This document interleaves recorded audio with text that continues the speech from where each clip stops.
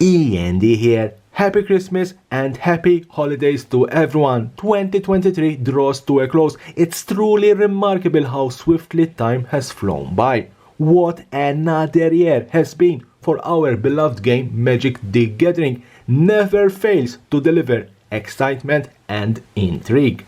But what were the top 5 events in 2023 that have significantly impacted and shaped our game? I will analyze and discuss, beginning with the 5th position, progressing to the top, the events of 2023 that have profoundly impacted Magic the Gathering, assessing their implication for the game's future, whether positive or negative. Let's start.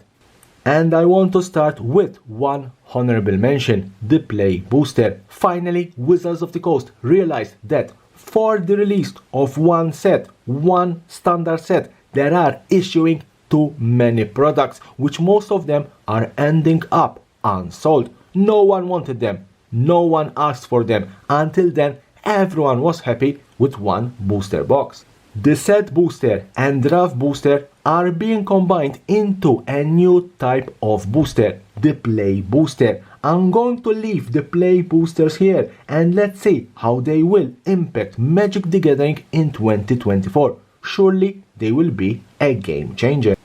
In 5th position, Commander Masters, the set that everyone was hyped about. Everyone was excited for a master set finally targeting the Commander format. However, the pre-release price of $400 for a set booster box containing only 24 packs proved too much and discouraged many players, collectors and investors.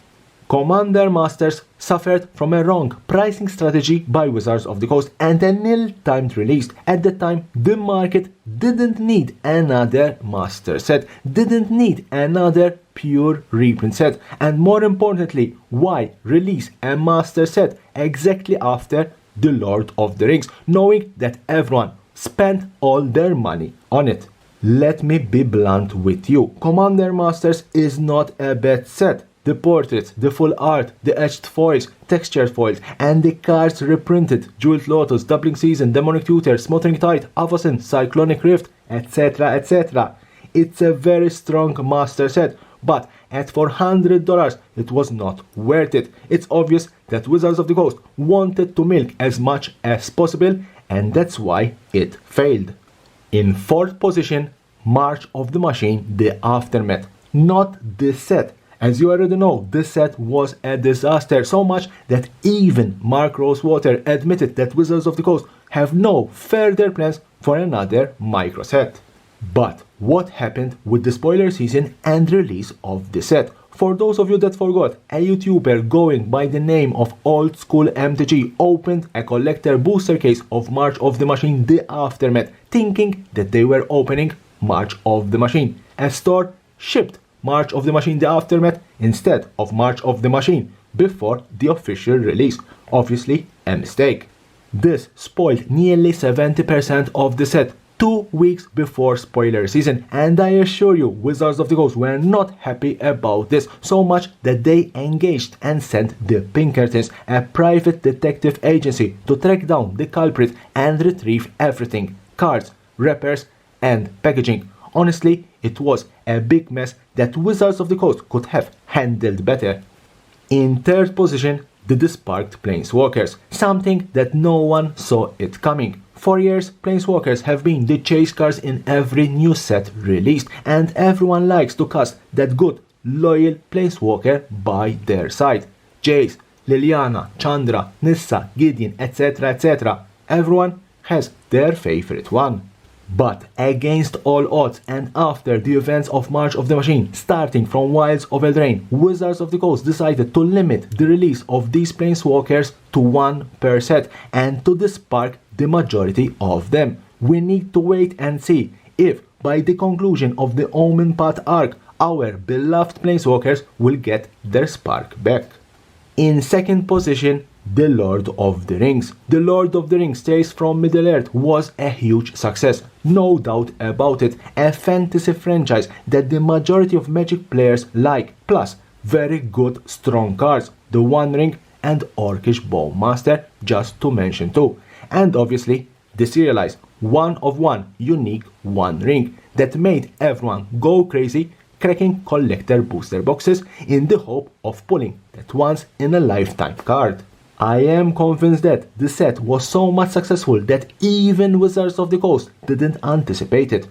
But the set had its consequences. First, it showed Wizards of the Coast that players, collectors and investors want and like these type of crossover sets, especially with fantasy IPs, and I'm sure in the future we will see more. Marvel, for example. And second, it drained the wallet of everyone so much that, as discussed earlier, the sets released afterwards, especially Commander Masters, had very disappointing results. So, if the Lord of the Rings, a record-breaking set, it's not in the first position, which event have significantly impacted our beloved game in 2023? And in first position, a drum roll please. Obviously, the One Ring, the serialized 1 of 1 unique One Ring. The card that everyone wished to crack, the card that made everyone going crazy, spending thousands and thousands of dollars, thousands and thousands of euro, cracking collector booster boxes, the card that have set a record for the most expensive Magic card ever sold, 2.6 millions, the card that nowadays resides in the safe hands of Mr. Post Malone, and honestly, not seeing it changing hands soon. The One Ring will remain one, if not the most iconic card in Magic history, probably more iconic than the Black Lotus or any other Power 9 card. We have to wait and see if Wizards of the Coast will ever issue another One Ring type of card. Here I'm looking far, very far away. The collaboration with Marvel can give us another or a set of unique One Ring type of cards. So these are, in my opinion, what impacted heavily our beloved game in 2023. Let's hope for a better Magic year. Leave me a comment below which event or events do you think have heavily impacted Magic the Gathering this year. And as always, subscribe button here, subscribe to my channel for more and more interesting videos about Magic the Gathering and the collectible world. I'm out.